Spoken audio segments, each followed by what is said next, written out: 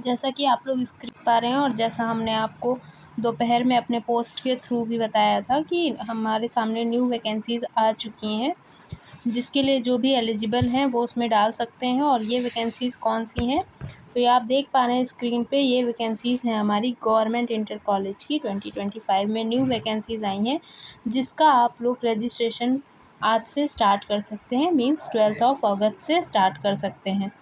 तो ये वैकेंसीज़ हम लोग देख लेते हैं, इसमें क्या क्या आप लोगों की क्या क्या क्वेरीज़ आ रही थी, उन्हीं को आज मैं यहाँ पे सॉल्व करूँगी। और इसके बारे में एक बेसिक डिटेल में बताऊँगी कि आपको यहाँ पे क्या एलिजिबिलिटी क्राइटेरिया है, क्या एज लिमिट है और कितनी नंबर ऑफ़ सीट्स किस सब्जेक्ट में हैं, या फिर जितनी भी डिटेल्स आप लोगों ने मुझसे पूछी थी वो सभी मैं कोशिश करूँगी इस वीडियो में कवर करने की।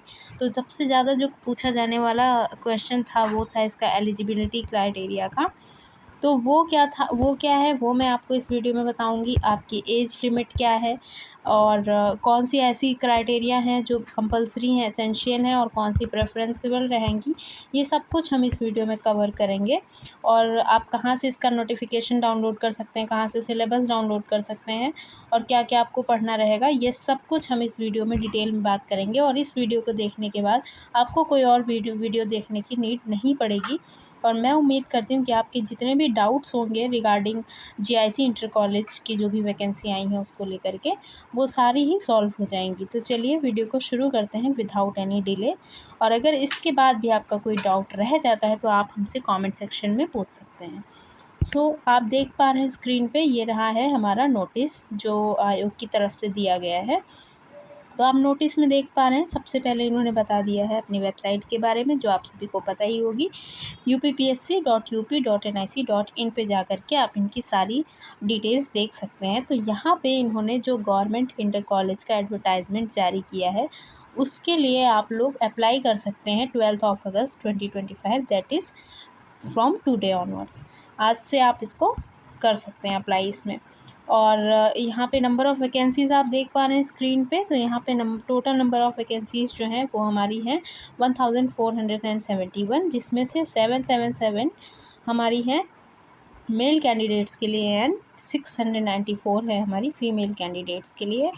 एंड जो हमारे विजुअली हैंडीकैप्ड पर्सन हैं उनके लिए जो स्पष्ट दृष्टिबाधित राजकीय इंटर कॉलेज में वैकेंसीज़ आई हैं उसका नंबर है हमारा 43। और जो आप जेल में लेक्चरर के लिए जो आई हैं वो आई हैं हमारी टोटल 2 सीट्स हैं, ठीक है। तो ये हो गया हमारा डिटेल्स में कि कितनी सीट्स आई हैं। अभी मैं आगे आपको सब्जेक्ट वाइज भी बताऊंगी। ओवरऑल इन्होंने जो नंबर ऑफ़ सीट्स दी हैं वो हैं 1471। अगर आप एजुकेशनल क्वालिफ़िकेशन की बात करें तो इन्होंने अपने नोटिफिकेशन में पॉइंट नंबर 8 में दे रखा है, वो भी मैं अभी आपको बताऊंगी। और एज लिमिट अगर आप देखें तो मिनिमम एज यहाँ पे 21 ईयर्स है एंड मैक्सिमम एज यहाँ पे 40 ईयर्स है। और कुछ सेक्शन में इन्होंने 5 ईयर्स का रिलैक्सेशन भी प्रोवाइड किया है। तो अगर आप कॉमन इन जनरल आप एज ग्रुप देखें तो आपकी जो डेट ऑफ बर्थ है वो 1 जुलाई 2025 को आप देखेंगे कि आप 21 साल के होने चाहिए और 40 साल से ज़्यादा के नहीं होने चाहिए। इसका मतलब ये है कि आपका जो बर्थ है, जो आपका जन्म है, वो 2 जुलाई 1985 के पहले नहीं होना चाहिए एंड 1 जुलाई 2004 के बाद नहीं होना चाहिए। अगर आप इसके बीच में आते हैं तो आप सभी लोग इसके लिए एलिजिबल हैं। ये सब कुछ मैं भी आपको डिटेल में भी आगे बताऊंगी, डोंट वरी। मैं भी शॉर्ट में आपको बता दे रही हूँ जो नोटिस उन्होंने जारी किया है उसमें क्या क्या है। और पहले ही मैंने बता दिया, अप्लाई करने की डेट स्टार्ट हो रही है हमारी 12 अगस्त से एंड लास्ट डेट रहेगी हमारी 12 नवंबर। पूरा 1 मंथ का आपके पास ड्यूरेशन रहेगा इसको करने के लिए। एंड अगेन जो नेक्स्ट पॉइंट है वो सबको ही पता है, अब हम कोई भी फॉर्म भरते हैं तो हमें OTR 1 टाइम रजिस्ट्रेशन करना पड़ता है, वो इसमें भी करना पड़ेगा, उसके बाद ही आपका फॉर्म सबमिट हो पाएगा। तो चलिए अब हम डिटेल में बात करते हैं और आपको हम दिखाते हैं इसका नोटिफिकेशन। तो आप अब देख पा रहे हैं हमारी स्क्रीन पे जो आपको दिख रहा है वो है हमारा ओरिजिनल नोटिफिकेशन जो आयोग ने हमें प्रोवाइड किया है। तो इसमें आप देख पा रहे हैं एडवर्टाइजमेंट ऑल, जिसकी इसकी हमें ज़्यादा डिटेल में बात करने की नीड नहीं है। और ये हमारा आज की डेट में आया है, यानी कि 12 अगस्त 2025 को आया है। तो यहाँ पे मेल फीमेल दोनों ही गवर्नमेंट इंटर कॉलेज में वैकेंसीज आई हैं। और पहले ही बता दिया, डेट ऑफ कॉमेंसमेंट रहेगी 12 अगस्त एंड लास्ट डेट 12 सितंबर। एंड अब चलिए हम बात करते हैं मेन पॉइंट्स की। तो यहाँ पे जो मेन पॉइंट्स हैं वो आपको पहले ही दे रखे हैं, जो आप सबको पता है। इसके बारे में ज़्यादा डिटेल में बात करने की नीड नहीं है। आपको OTR करना रहेगा। फॉर्म फिल करने के 72 आवर्स पहले आपको OTR करके पूरा प्रोसेस करके रखना होगा, तभी आप फॉर्म को सबमिट कर पाएंगे। एंड OTR नंबर लेने के लिए आप वेबसाइट पर जाएंगे, वहाँ से डायरेक्ट आपको लिंक मिल जाएगी, जो कि मैं अभी आपको दिखा भी दूँगी। वहाँ से आप OTR कर लेंगे। नेक्स्ट आप बात करें अगर, तो यहाँ पे दे रखी है इन्फॉर्मेशंस कि आपको कैसे क्या करना है, तो वो आप सबको पता है। सबसे पहले इंस्ट्रक्शन देखने हैं, then advertisement and then apply. तो ये सब बहुत सिंपल चीज़ें हैं, इनके बारे में डिटेल्स में बात करने की नीड नहीं है। हम आगे बढ़ते हैं। यहाँ पे पेमेंट एंड हर चीज़ का ऑप्शन आपको दे रखा है, जैसे भी होता है। ये सब चीज़ें आप लोग को बहुत अच्छे से पता होंगी। हम बढ़ते हैं अपने मेन पॉइंट की तरफ, जो हमें देखना है। सबसे ज़्यादा जो पूछे जाने वाला आप लोग का सवाल था वो था एलिजिबिलिटी क्राइटेरिया की। तो हम एलिजिबिलिटी क्राइटेरिया पे पहुंचते हैं। उससे पहले हम आपको बात बता देते हैं कि एज का रिलैक्सेशन जो मैंने आपको बताया था, तो वो आपका 21 to 40 ईयर्स रहेगा। और कुछ जो रहती हैं क्लासेस, उसमें आपको 5 ईयर्स का रिलैक्सेशन भी मिलता है। वो सब भी आपको पता होगा। जो बाकी के फॉर्म में रहता है सेम इसमें भी है। 5 ईयर्स का रिलैक्सेशन कुछ लोगों को दिया जाएगा।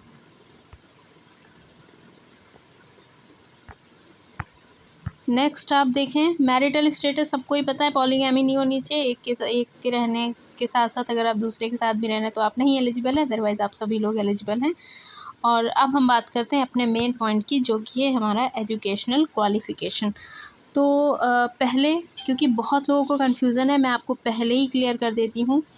एक दो सब्जेक्ट्स को अगर हम छोड़ दें, एक दो फील्ड्स को, सब्जेक्ट नहीं कहूँगी मैं, सब्जेक्ट तो ऑलमोस्ट सबका ही सेम क्राइटेरिया है।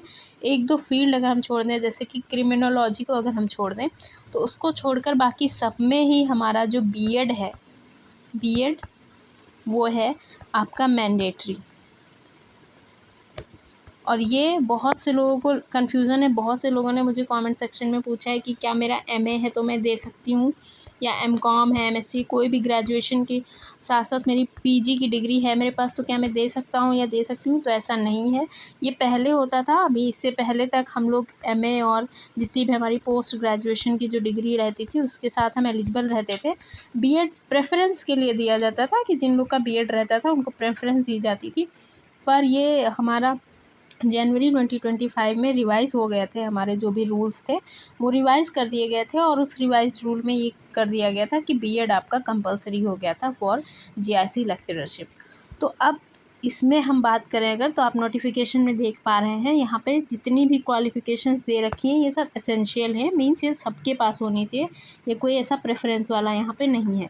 तो अगर आप बात करें लेक्चरर में मेल फीमेल की, सोशियोलॉजी हो गया, ज्योग्राफी हो गया, इकोनॉमिक्स हो गया, सिविक्स हो गया, फिज़िक्स हो गया, केमिस्ट्री हो गया, मैथमेटिक्स, इंग्लिश, ये सारे सब्जेक्ट में आपको क्या चाहिए, पोस्ट ग्रेजुएशन डिग्री चाहिए उसी सब्जेक्ट में किसी भी यूनिवर्सिटी से। और साथ में आपको क्या चाहिए, बीएड चाहिए। ये दोनों ही चीज़ें compulsory, means PG plus B Ed. Same आपका अगर आप हिस्ट्री की बात करें तो उसमें भी आपको हिस्ट्री सब्जेक्ट से आपको क्या चाहिए, post graduation and B Ed. Next अगर आप बायोलॉजी की बात करें तो आपको बॉटनी या जूलॉजी में किसी भी सब्जेक्ट से भी आप क्या होनी चाहिए, PG होना चाहिए, साथ में आपका बीएड होना चाहिए। अगर हिंदी की बात करें तो हिंदी में भी आपका क्या होना चाहिए, हिंदी से PG होना चाहिए। और साथ में इसमें एक चीज़ और आपको देखने की नीड है कि कुछ लोग कह रहे थे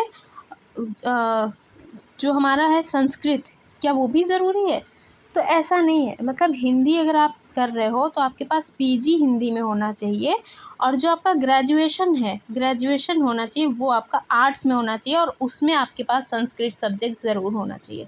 समझ रहे हैं? तो हिंदी वालों के लिए ये स्पेशल पॉइंट है कि अगर उनका PG हिंदी में है तो ये यहाँ पे ये भी मैंडेटरी है कि उनका जो ग्रेजुएशन हुआ था वो आर्ट्स में होना चाहिए, और साथ में उनका संस्कृत सब्जेक्ट उन्होंने लिया हो ग्रेजुएशन में, तभी वो हिंदी के लिए अप्लाई कर सकते हैं। नेक्स्ट हम देख लेते हैं और बीएड तो होना ही चाहिए, वो तो सभी के लिए कंपलसरी है।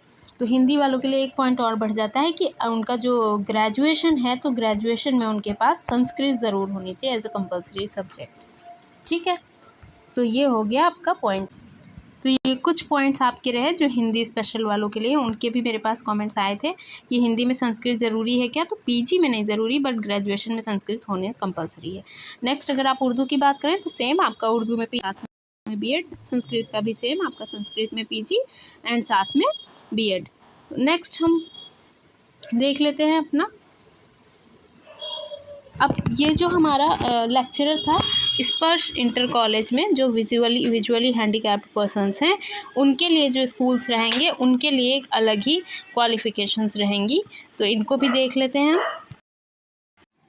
तो इनका अगर हम देखें तो यहाँ पे भी एलिजिबिलिटी क्राइटेरियाज बहुत ज़्यादा बदलने वाले नहीं है। पीजी और बीएड तो कंपलसरी यहाँ पे भी रहने वाला है, बट यहाँ पे क्या है आपकी एक दो और ज़्यादा पॉइंट्स ऐड हो जाते हैं। तो यहाँ पे क्या है, सब्जेक्ट्स देख लेते हैं। सबसे पहले sociology, economics, civics, English, history, Hindi, Sanskrit, ये आपके बेसिक सब्जेक्ट्स रहने वाले हैं।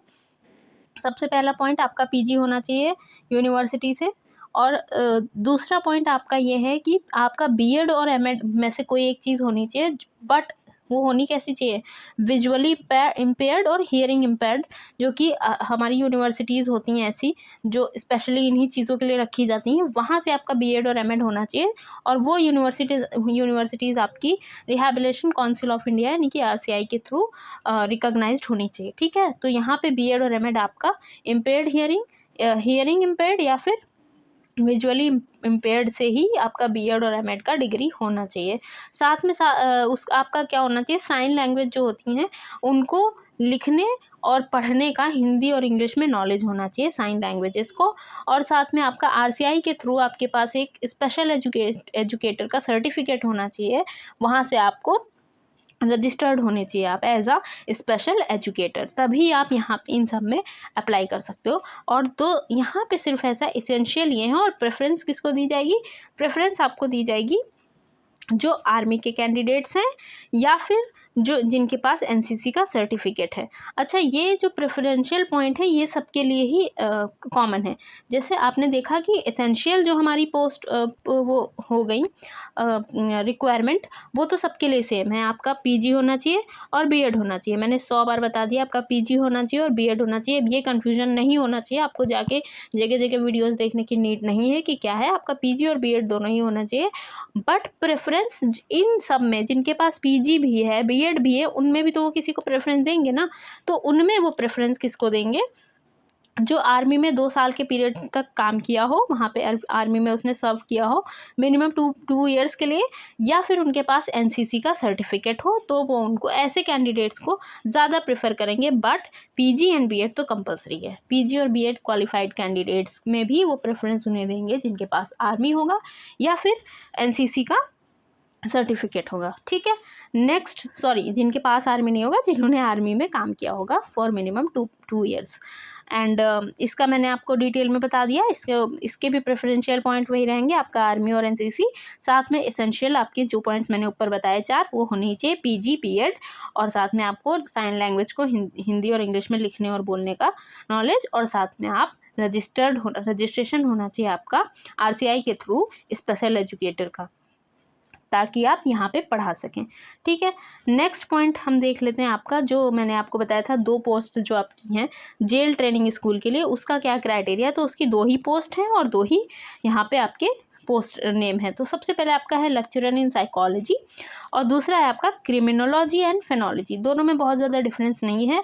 यहाँ पे क्या है, आपका मास्टर्स डिग्री होनी चाहिए साइकोलॉजी में। यही 2 ऐसी पोस्ट हैं जिसमें आपसे बीएड नहीं मांगा गया, but no need to be very happy, आपसे यहाँ पे बीएड नहीं मांगा गया है, बट कुछ और चीज़ें मांग ली गई हैं। हो सकता है वो आपके पास हो, तो आप पहले ही हट मत जाइएगा पीछे कि नहीं मेरे पास तो बीएड ही नहीं है, मैं तो नहीं कर सकती। अगर आप सोशियोलॉजी के स्टूडेंट हो, अगर आप सोशल वर्क के स्टूडेंट हो, अगर आप एंथ्रोपोलॉजी के स्टूडेंट हो, या फिर अगर आप साइकोलॉजी के स्टूडेंट हो, तो एक और आपके पास ऑप्शन है, आप डाल सकते हो। बट उसके लिए क्राइटेरिया क्या है, तो यहाँ पे ये क्राइटेरिया है कि आपके पास सबसे पहले तो आप साइकोलॉजी में आपके पास डिग्री होनी चाहिए मास्टर्स की, बट जो एक पेपर होता है, जो आपको ऑप्शनल पेपर्स पढ़ाए जाते हैं ना, तो उस ऑप्शनल पेपर में आपने क्रिमिनल साइकोलॉजी को पढ़ा हो, या तो फिर आपने मास्टर्स डिग्री की हो साइकोलॉजी में और साथ में क्रिमिनोलॉजी का डिप्लोमा किया हो, या फिर थर्ड पॉइंट क्या है आपके पास कि आपके पास मास्टर्स डिग्री होनी चाहिए साइकोलॉजी में एमए लेवल पे,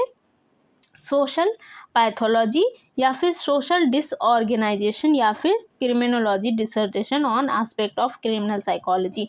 तो आपने इन सब में से किसी एक पे अपना डिसर्टेशन अगर आपने बनाया है और आपके पास इनमें से कोई एक पेपर रहा है तो भी आप एलिजिबल हो, ठीक है। तो कहने का मतलब ये है कि आपके पास अगर साइकोलॉजी में लेक्चरर बनने के लिए जेल स्कूल में तभी आप एलिजिबल हो जब आपने साइकोलॉजी पीजी लेवल पे पढ़ी हो और साथ में आपने क्रिमिनल साइकोलॉजी या क्रिमिनोलॉजी में डिप्लोमा या फिर इनमें से कोई भी एक सब्जेक्ट पढ़ा हो तो आप कर सकते हो, ठीक। और इसमें किसको प्रेफरेंस दी जाएगी, इसमें उनको दी जाएगी जिनके पास पीएचडी डॉक्टरेट की डिग्री होगी और जिनको हिंदी का अच्छा नॉलेज होगा, और वो आर्मी और जो एनसीसी वाला है वो तो सब में ही रहेगा। नेक्स्ट अगर हम देखें क्रिमिनोलॉजी, तो यहाँ पे जो मैंने ऊपर बताया उससे बहुत ज़्यादा अलग नहीं है, ये वैसा ही है, बस यहाँ पे जो डिफरेंस है वो इस चीज़ का डिफरेंस है कि ऊपर हम साइकोलॉजी देख रहे थे, यहाँ पे आपके पास सोशियोलॉजी, सोशल वर्क, एंथ्रोपोलॉजी, इन तीनों में से कोई एक सब्जेक्ट होना चाहिए, तो भी आप, या फिर साइकोलॉजी भी चलेगा, तो ये चारों सब्जेक्ट्स में से कोई भी एक सब्जेक्ट है, और साथ में आपने उन सब्जेक्ट में आपने ऑप्शनल सब्जेक्ट्स में अगर क्रिमिनोलॉजी ले रखी है तो आप अप्लाई कर सकते हो। मीन्स टू से अगर आप सोशियोलॉजी के स्टूडेंट हो, सोशल वर्क के स्टूडेंट हो, एंथ्रोपोलॉजी या साइकोलॉजी के स्टूडेंट हो और आपने अपने एमए के दौरान ऑप्शनल सब्जेक्ट में क्रिमिनोलॉजी को पढ़ा है तो आपको बीएड की कोई रिक्वायरमेंट नहीं है, आप जेल स्कूल में लेक्चरर बनने के लिए एलिजिबल हो। पर प्रेफरेंस उनको दी जाएगी जिनके पास पीएचडी होगी और हिंदी का अच्छा नॉलेज होगा, या फिर आर्मी में 2 ईयर्स तक सर्व किया होगा, या फिर एनसीसी का सर्टिफिकेट होगा। बट आप अप्लाई कर सकते हो विदाउट बीएड, बस आपके पास ऑप्शन में साथ में ये पेपर रहना चाहिए, क्रिमिनोलॉजी या फेनोलॉजी या क्रिमिनल साइकोलॉजी, इनमें से कोई भी एक पेपर आपने पढ़ा होगा तो आप अप्लाई कर सकते हो, ठीक है। ये हो गया आपकी बात। तो अब मैंने पूरा डिटेल में आपको बता दिया बीएड कब रिक्वायर है कब नहीं रिक्वायर है, everything I have discussed in detail. सबको बीएड नहीं चाहिए, 2 फील्ड्स ऐसी हैं, 2 पोस्ट ऐसी हैं जो विदाउट बीएड हो सकती हैं, बट उनमें भी कुछ लिमिट्स हैं जो कि मैंने बहुत अच्छे से आपको बता दी है, ठीक है। तो अब जो लोग क्वालिफाई हैं वो आगे की वीडियो देख सकते हैं, जो लोग नहीं क्वालिफाई हैं उनका काम तो यहीं तक था, बट फिर भी अगर वो अपने नॉलेज के लिए देखना चाहें किसी को बताने के लिए तो देख सकते हैं, नो बाउंडेशंस। बस मैं आपके लिए बता रही हूँ, जो लोग एलिजिबल हैं बाकी का वीडियोस उन्हीं के लिए है। तो एलिजिबिलिटी में कोई कंफ्यूजन नहीं होना चाहिए, PG plus B Ed is required for every position except for criminology या फिर आपका क्रिमिनल साइकोलॉजी, इन दोनों को छोड़ के बाकी सब कहीं आपका बीएड मैंडेटरी है। नेक्स्ट, जो लोग एलिजिबल हैं अब उनके लिए हम एज लिमिट की बात कर लेते हैं। तो एज लिमिट मैंने बहुत ही डिटेल में आपको स्टार्टिंग में ही बता दिया, आपकी minimum age 21 and maximum age 40 होनी चाहिए। फिजिकली हैंडीकैप्ड के लिए मैक्सिमम एज 55 ईयर्स रहेगी, और इसका मतलब ये है कि आप और ये आपकी डेट ऑफ बर्थ कब होनी चाहिए, कब आपकी ये एज होनी चाहिए, ये एज होनी चाहिए आपकी 1 जुलाई 2025 को। आप 21 साल से कम नहीं होने चाहिए और 40 साल से ज़्यादा नहीं होने चाहिए। इसका मतलब ये है कि आप 2 जुलाई 1985 के पहले के बॉर्न ना हो और 1 जुलाई 2004 के बाद के बॉर्न ना हो तो आप एलिजिबल हो। और अगर आप फिजिकली हैंडीकैप्ड हो तो आप 2 जुलाई 1970 के पहले के बॉर्न ना हो। इस पूरे ही ड्यूरेशन में जो भी आता है मींस 1985 से लेकर के 1985 से 2004 के बीच में जो भी लोग हैं वो सभी इस पोस्ट के लिए एलिजिबल है। नेक्स्ट, पहले मैंने आपको बता दिया था 5 ईयर्स का रिलैक्सेशन प्रोवाइड किया जाएगा। किसको किसको प्रोवाइड किया जाएगा आप यहाँ पे देख सकते हो, एससी हो गए, एसटी हो गए, ओबीसी हो गए, या फिर स्किल्ड प्लेयर्स हैं हमारे, गवर्नमेंट एम्प्लॉयज़ हैं कोई, या शिक्षा परिषद में पहले से ही उन्होंने काम कर रखा है, तो ऐसे लोगों को 5 ईयर्स का रिलैक्सेशन दिया जाएगा। और 15 ईयर्स का उन लोगों को दिया जाएगा जो फिजिकली हैंडीकैप्ड है, पहले ही मैंने बताया उनका 55 ईयर्स रहेगा। और greater by 3 years plus period of service in army, जो आर्मी में है उनको 3 ईयर्स का रिलैक्सेशन दिया जाएगा, ठीक है। नेक्स्ट अब हम देख लेते हैं हमने एज की बहुत अच्छे से बात कर ली। अब जो मैंने रिजर्वेशन की बात की, ठीक है, जो जिस कैटेगरी में आएगा उसको अप्लाई करने के लिए वहाँ का डॉक्यूमेंट लगाना पड़ेगा। स्टेट का आपको वेरीफाइड डॉक्यूमेंट, अपने कास्ट सर्टिफिकेट, जिस भी कैटेगरी से आप बिलोंग करते हो उसका लगाना पड़ेगा, उसको वेरीफाई कराना पड़ेगा। वो बहुत ज़्यादा पुराना नहीं होना चाहिए, रिसेंट का आपको लगाना रहेगा। और जो इम्पोर्टेंट अपडेट है वो ये है, इम्पोर्टेंट इन्फॉर्मेशन, कि अगर आप यूपी के हो तो ही आप कास्ट सर्टिफिकेट का बेनिफिट मीन्स रिजर्वेशन का बेनिफिट ले सकते हो। अगर आप किसी और स्टेट से यहाँ पे इसमें अप्लाई करोगे तो फिर आप जनरल कैंडिडेट ही माने जाओगे, except for those who are from army. जो लोग आर्मी से हैं वो किसी भी स्टेट से होंगे तो वो यहाँ पे उनको अपना आर्मी वाला रिजर्वेशन यहाँ पे प्रोवाइड किया जाएगा, in respective of their domicile, वो कहाँ से हैं ये इसमें मैटर नहीं करता। If they are from army serviceman, if they are ex-army servicemen, they are eligible to get the reservation reserved for them. Okay, next हम देख लेते हैं यहाँ पे। अब एग्ज़ाम के पैटर्न आप सबको पता है, यहाँ पे क्या होने वाले, 2 स्टेजेस होने चाहिए, प्री प्लस मेंस होंगे। जो मेंस क्वालिफाई कर लेगा वो कैंडिडेट आपका लेक्चरर बन जाएगा, ठीक है। तो यहाँ पे 2 ही हैं, एक प्री और एक मेंस। इंटरव्यू जैसा यहाँ पे कुछ नहीं रहने वाला। मेंस पहले ही बता दिया, मेन वही लोग लिख पाएंगे, सबको पता है, जो प्रीलिम्स क्वालिफाई करेंगे, यहीं यहाँ पे वही दे रखा है। और सबकी डिटेल में मैंने आपको फ़ीस वगैरह सब कुछ ऑलरेडी ऊपर बता रखा है। तो यहाँ पे आप सब लोग अपने हिसाब से ये चीज़ें पढ़ लेंगे, बहुत ही बेसिक हैं। I don't need to discuss any more, ये सिंपल चीज़ें हैं। कितना क्या फ़ीस का रहने वाला है ये सब आप यहाँ से देख सकते हो। और यहाँ पे कैंडिडेट्स के लिए इंपॉर्टेंट इंस्ट्रक्शन दे रखे हैं कि मतलब वो वहाँ पे जाके पहले डिक्लेरेशन देखेंगे, फिर नोटिफिकेशन को डिटेल में पढ़ेंगे, पर्सनल OTR, अपना OTR बनाएंगे, एक्सपीरियंस डिटेल डिक्लेरेशन सब कुछ करेंगे, तभी वो आगे जाके फॉर्म को सबमिट कर पाएंगे और अपना जितने भी डॉक्यूमेंट्स हैं उनको वेरीफाई करके आगे अपना कर पाएंगे। और उसकी लास्ट डेट रहने वाली है 12 सितंबर 2025, ठीक है। तो ये सब बहुत ही बेसिक चीज़ें दे रखी हैं, जो आप इतने बड़े एग्ज़ाम की तैयारी कर रहे हो और देने जा रहे हो तो आपको वो पता ही होंगे। और अगर नहीं पता होंगे आप मुझे कमेंट सेक्शन में बताएंगे तो मैं पूरी एक डिटेल वीडियो उसकी भी बना दूँगी कि आपको फॉर्म कैसे भरना है, क्या क्या कहाँ से पॉइंट्स भरने हैं, कहाँ आपको मिलेगा। और जो भी आपको डिटेल में जानना हो आप बताइएगा, मैं उस पॉइंट पर अलग से वीडियो बना दूँगी, ठीक है। और यहाँ पे आपको दिख जाएंगे नोटिफिकेशन में कुछ सर्टिफिकेट्स दे रखे हैं, जो कि फॉर्मेट दे रखे हैं, जो आप जिससे भी बिलोंग करते हो उसका फॉर्मेट डाउनलोड कर लोगे और हो जाएगा। तो अब हम बात कर लेते हैं मेन हमारा जो है वो सबसे इम्पॉर्टेंट चीज़, जिसके बिना आप एग्ज़ाम को क्वालिफाई कर ही नहीं सकते, वो होता है हमारा सिलेबस। और सिलेबस में हमेशा बोलती हूँ और अभी भी बोलूँगी कि आप जिस भी चीज़ का एग्ज़ाम दे रहे हो उसके नोटिफिकेशन में ही सिलेबस पढ़ो, वो ज़्यादा बेटर है rather than going for any coaching institute या जो अपनी अपनी वेबसाइट पर अपलोड करके रखते हैं। उससे बेटर है आप एक बार you should go through the notification, तो उससे आपको काफ़ी सारी चीज़ें एग्ज़ाम के बारे में पैटर्न पता चल जाता है और आपको सारे डाउट्स क्लियर हो जाते हैं। You don't need to go anywhere if you read out the notification thoroughly, ठीक है। तो नोटिफिकेशन अगर आपको पढ़ना है तो मैं हिंदी में इंग्लिश में दोनों ही डिस्क्रिप्शन बॉक्स में डाल दूँगी, आपको लिंक प्रोवाइड करा दूँगी, आप वहाँ से डाउनलोड करके एक बार ज़रूर पढ़िएगा if you are going to sit in this examination. तो अगर हम बात कर ले सिलेबस की, तो सबसे पहले आप देख लो GS का सिलेबस, वही जो सब में रहता है वही रहने वाला है। एक एक लाइन लिखी हुई है, बट ये एक ही लाइन नहीं है, बहुत ही ब्रॉड सिलेबस है। यहाँ पे जनरल साइंस अगर हम बात करें हाई स्कूल स्टैंडर्ड तक की आपको साइंस आनी चाहिए, फिजिक्स केमिस्ट्री बायोलॉजी तीनों ही आपको जैसे UPSC में आती हैं या अदर एग्ज़ाम्स में आती हैं वैसे। हिस्ट्री आनी चाहिए, Indian national movement means modern history की बात कर रहा है, and Indian polity, economy and culture, Indian agriculture, commerce and trade, world geography, Indian geography, natural resources of India, current national and international importance means current affairs. और यहाँ पे साथ में आपकी logic and reasoning based general intelligence means reasoning, और साथ में आपका स्पेसिफिक नॉलेज रिगार्डिंग किस चीज़ के बारे में आपको स्पेसिफिक यूपी का एग्ज़ाम दे रहे हो तो वहाँ के एजुकेशन के बारे में, कल्चर के बारे में, एग्रीकल्चर के बारे में, इंडस्ट्री ट्रेड के बारे में, लिविंग और सोशल ट्रेडिशंस मीन्स वहाँ की सोसाइटी, इकोनॉमी, एग्रीकल्चर जो भी हैं चीज़ें वो कैसी है। तो यूपी का भी आपको GS पता होना चाहिए, और साथ ही साथ जो आपको पता होना चाहिए वो आपको पता होनी चाहिए 8th लेवल तक की मैथमेटिक्स पता होनी चाहिए, मीन्स अर्थमेटिक, अलजेब्रा, ज्योमेट्री तीनों ही आपको 8th लेवल तक के पता होने चाहिए, और साथ में एनवायरनमेंट एंड इकोलॉजी। तो अगर देखा जाए तो पूरा ही जो आपका हमेशा जीएस में रहता है, history geography, polity, economics, current affairs and आपका एनवायरनमेंट, इकोलॉजी, और साथ में आपका CSAT मीन्स रीजनिंग और मैथमेटिक्स आनी चाहिए, और 10th लेवल तक की साइंस और 8th लेवल तक की मैथ्स इसमें आनी चाहिए। तो ये बात हो गई हमारे ऑप्शनल सब्जेक्ट कॉमन पेपर की, जो सबके लिए कॉमन रहने वाला है पेपर 1 की, वो हो गया जीएस।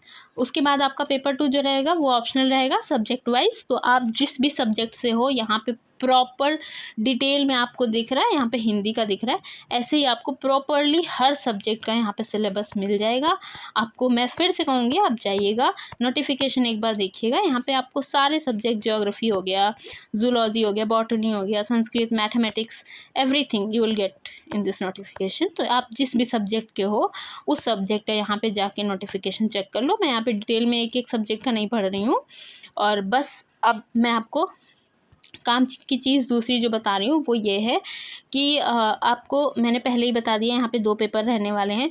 तो 2 पेपर में क्या है वो मैंने आपको ऊपर बता दिया, जो नॉर्मल आपका रहने वाला था वो बता दिया, ठीक है। अब यहाँ पे देख लेते हैं कि कितनी किसमें क्या नंबर ऑफ़ क्वेश्चंस कैसे रहने वाले हैं। तो आपको पहले ही पता है कि जो हमारा पेपर 1 रहेगा, जो हमारा पहला चरण रहेगा, मीन्स जो प्रीलिम्स रहेगा, उसमें क्या रहेगा, प्रश्न पत्र की संख्या 1 रहेगी, मतलब 1 पेपर आएगा। प्रश्न पत्र का प्रकार इसमें रहेगा वस्तुनिष्ठ यानी कि ऑप्शनल, ठीक है। ऑप्शनल रहेगा, प्रश्नों की संख्या आपकी रहेगी 120, जिसमें से जीएस के अध्ययन के 40 प्रश्न और वैकल्पिक विषय जो भी आप सब्जेक्ट से आपके 80 क्वेश्चंस रहेंगे, और जीएस के आपके 40 क्वेश्चंस रहेंगे। टाइम आपके पास रहेगा 2.5 आवर्स, और समय आपके मार्क्स रहेंगे आपके 300 नंबर के आपके 120 क्वेश्चन आएंगे, और टाइम आपके पास रहेगा 2 घंटा। तो ये हो गई हमारी प्रीलिम्स की बात, ठीक है। यहाँ पे मैंने आपको बता दिया 80 क्वेश्चन आपके सब्जेक्ट से, 40 क्वेश्चन आपके जीएस से आएंगे। ये हो जाएगा आपका प्रीलिम्स। जो लोग प्रीलिम्स क्वालिफाई कर लेंगे फिर वो आएंगे द्वितीय चरण में, मीन्स मेंस जो लिखित होगा। ये ऑप्शनल है प्रीलिम्स, बट मेंस आपका सब्जेक्टिव होगा, 3 घंटे का होगा। इसमें क्या होगा, आपका प्रथम प्रश्न पत्र, इसमें भी आपके 2 प्रश्न पत्र रहने वाले। पहला आपका हिंदी, सामान्य हिंदी जो भी हमारी हिंदी है वो आएगी, और साथ में आपका निबंध, एसए का पेपर जैसे यूपीएससी कराता है उसी पैटर्न पे ये कराएंगे। और दूसरा आपका रहेगा आपका सब्जेक्ट का, ठीक है। तो इसमें क्या होने वाला है, इसमें द्वितीय प्रश्न पत्र जो रहेगा वो आपके सब्जेक्ट के हिसाब से रहेगा, ऑप्शनल जो आपने सब्जेक्ट लिया होगा वो रहेगा। तो प्रीलिम्स में आपके 2 जीएस और मेंस, जीएस और ऑप्शनल सब्जेक्ट जो भी आपने लिया, और इसमें भी आपके 2, एक एसए का और दूसरा जो आपने सब्जेक्ट लिया है वो। तो मेंस में क्या रहेगा, मेंस में आपके पास जो पेपर आएगा वो आपको सब्जेक्टिव देना होगा, वो आपको लिख के देना होगा, ठीक।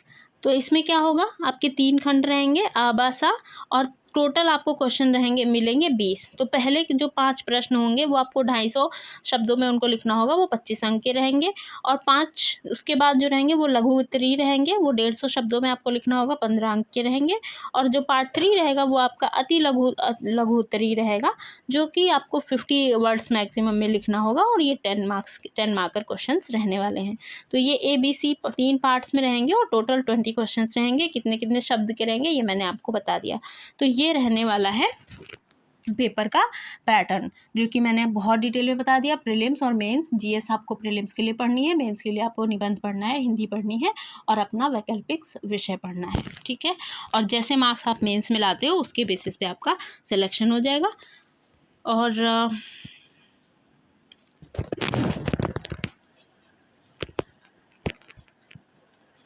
अब हम अगर बात करें तो, और जो लोग अगर विजुअली हैंडीकैप्ड हैं या उन स्कूल्स में जाने के लिए पढ़ रहे हैं, तो उनका अपना ये अलग से सिलेबस दे रखा है। जो लोग उसके लिए एलिजिबल हैं वो देख सकते हैं, इसको भी यहाँ से पूरा डिटेल में ये सब दे रखा है, या पढ़ सकते हो अगर आपको नीड है तो। नेक्स्ट हम बात कर लेते हैं हमारे सबसे इम्पॉर्टेंट चीज़ की, कि भाई हम तैयारी तो कर रहे हैं बट किस सब्जेक्ट में कितनी वैकेंसीज़ हैं ये भी तो पता होना चाहिए, नंबर ऑफ़ सीट्स कितनी है। तो इसकी हम बात कर लेते हैं। यहाँ पे आप देख लो, इसका आप स्क्रीनशॉट लेके रख सकते हो, आपको पता चल जाएगा कितनी। मैंने आपको पहले ही बताया, यहाँ पे मेल की 777 वैकेंसीज़ हैं। तो किस सब्जेक्ट में कितनी, यहाँ पर मैं सबसे पहले मेल का देख लेती हूँ। इंग्लिश में आपकी 100, इकोनॉमिक्स में 41, history 41, Urdu 27, mathematics 94, physics 86, chemistry 85, biology 73, geography 38, Sanskrit 36, civics physics 51, sociology 23, Hindi 82। इसमें आपका जो भी सब्जेक्ट है आप उसका कैटेगरी वाइज पूरा डिटेल में यहाँ से चेक कर सकते हो। मैं अगर बात करूँ अपने सब्जेक्ट की, मीन्स दैट इज सोशोलॉजी, तो उसमें 23 मेल कैंडिडेट के लिए सीट्स हैं, जिसमें से 9 अनरिजर्व के लिए है, 5 आपकी हो जाएंगी SC कैंडिडेट्स के लिए। ST के लिए यहाँ पे कोई सीट नहीं है। OBC के लिए यहाँ पे 7 सीट्स हैं, EWS के लिए 2, एंड जो एक्स सर्विस मैन है उनके लिए एक सीट है। और टोटल हमारी मिला के यहाँ पे 23 सीट्स जो हैं वो मेल कैंडिडेट्स के लिए हैं। और आप अपने सब्जेक्ट में इसी तरह कैटेगरी वाइज चेक कर सकते हो। नेक्स्ट मैं यहाँ पे देख लूँगी फीमेल कैंडिडेट्स की।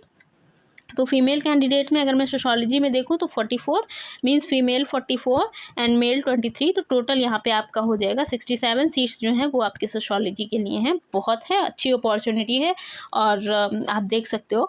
तो यहाँ पे 20 सीट्स आपकी अनरिजर्व्ड हैं जनरल के लिए, 9 आपके SC के लिए रिजर्व्ड हैं, 1 आपकी ST के लिए रिजर्व्ड है, 10 OBC and 4 for EWS and 2 यहाँ पे सीट्स जो हैं वो एक्स सर्विस मैन की रहने वाली। इसी तरह आप अपने अपने सब्जेक्ट्स में देख सकते हो।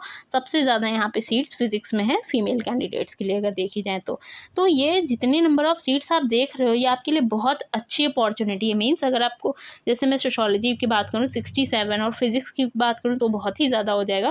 तो इतनी ज़्यादा सीट्स हैं आपके पास, बहुत गोल्डन अपॉर्चुनिटी है। Just go and grasp this opportunity. अगर यहाँ से चली जाती है तो फिर ये आपकी खुद की फॉल्ट होगी, बिकॉज यहाँ पे कंपटीशन पहले ही गवर्नमेंट ने कम कर दिया आपके लिए। कैसे? आयोग ने पहले ही आपको पता है कि पहले इसमें PG था, B.Ed कोई कंपल्शन नहीं था। तो PhD वाले बच्चे नेट JRF क्वालिफाई करके उनको सब्जेक्ट का अच्छा खासा नॉलेज हो जाता था और वो इधर आकर के अपना बेस्ट दे देते थे। और अक्सर B.Ed वालों से कड़ी टक्कर उनकी हो जाती थी और अच्छी मेहनत करनी पड़ती थी। बट अब क्या है, अभी भी आपको अच्छी खासी मेहनत करनी है। There are lot of candidates with lot of knowledge, बहुत कुछ है। बट अच्छी चीज़ ये है आप लोगों के लिए कि यहाँ पे जो PhD वाले कैंडिडेट्स हैं या जिनके पास मास्टर्स हैं बट जिनके पास B.Ed नहीं है, तो वो थोड़ा फिल्टरेशन हो जाएगा, थोड़े नंबर ऑफ कैंडिडेट्स कम हो जाएंगे। तो आप लोग के लिए बहुत अच्छी अपॉर्चुनिटी है। अगर आपने B.Ed कर रखा है तो आप बिल्कुल अभी से इस एग्ज़ाम की तैयारी में लग जाइए। बहुत अच्छा मौका है, इस अपॉर्चुनिटी को अपने हाथ से नहीं जाने दीजिए। नंबर ऑफ वैकेंसीज़ बहुत ज़्यादा हैं, आप बहुत अच्छे से प्रिपरेशन कर सकते हो। अपने अपने सब्जेक्ट का सिलेबस देखो और तैयारी में लग जाओ। और जो मैंने स्पर्श गवर्नमेंट इंटर कॉलेज की बात की, वहाँ उसका भी आप स्क्रीनशॉट ले सकते हो अगर आप उसके लिए एलिजिबल हो। तो इतनी सीट्स यहाँ पे टोटल 45 सीट्स उन लोगों के लिए हैं।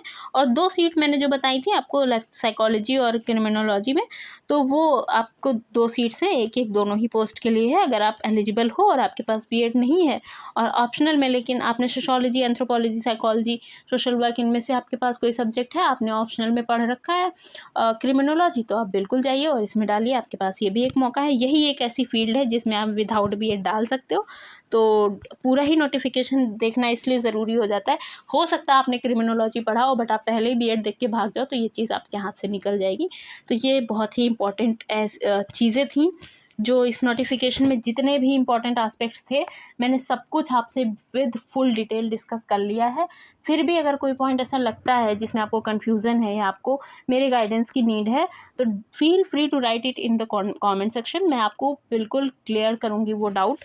और अगर आपको फॉर्म फिल करने में कोई प्रॉब्लम आ रही है तो ये वीडियो क्योंकि बहुत लेंदी हो जा रहा है, तो मैं उसकी भी, अगर आप कमेंट सेक्शन में कहेंगे तो मैं सेपरेट वीडियो बना दूंगी। सरकारी रिजल्ट पे जा करके आप अपना वहाँ से नोटिफिकेशन भी डाउनलोड कर सकते हो, सिलेबस डाउनलोड कर सकते हो, रिवाइज जो भी किया गया है ये कि B.Ed भी ऐड होगा वो पूरा ही आप गैजेट भी डाउनलोड कर सकते हो। जो भी चीज़ें आपको डाउनलोड करनी है आपको सब कुछ सरकारी रिजल्ट पर मिल जाएगा। मैं आपको उसकी भी एक अलग वीडियो बना करके डाल दूँगी, दिखा दूँगी कि आप कहाँ से वो चीज़ कर सकते हो, तो आप वो भी कर सकते हो, ठीक है। और बाकी इसमें जितनी भी डिटेल्स थी मैंने सब कुछ डिस्कस कर दिया, number of seats, eligibility criteria, everything. तो आप लोग को, और अगर नोटिफिकेशन चाहिए तो मैं हिंदी इंग्लिश दोनों का ही नोटिफिकेशन डिस्क्रिप्शन बॉक्स में आपको लिंक प्रोवाइड करा दूँगी। आप वहाँ से डाउनलोड करिए और पढ़िए, अपने अपने सब्जेक्ट का सिलेबस पढ़िए। Wish you all the very best. बहुत अच्छे से तैयारी करिए, अपने अपने फॉर्म फिल करिए। कोई भी अगर दिक्कत आती है फॉर्म फिल करने के टाइम पे, feel free to ask me in the comment section. I am here to help you guys. Okay, thank you so much for watching the video. Bye bye.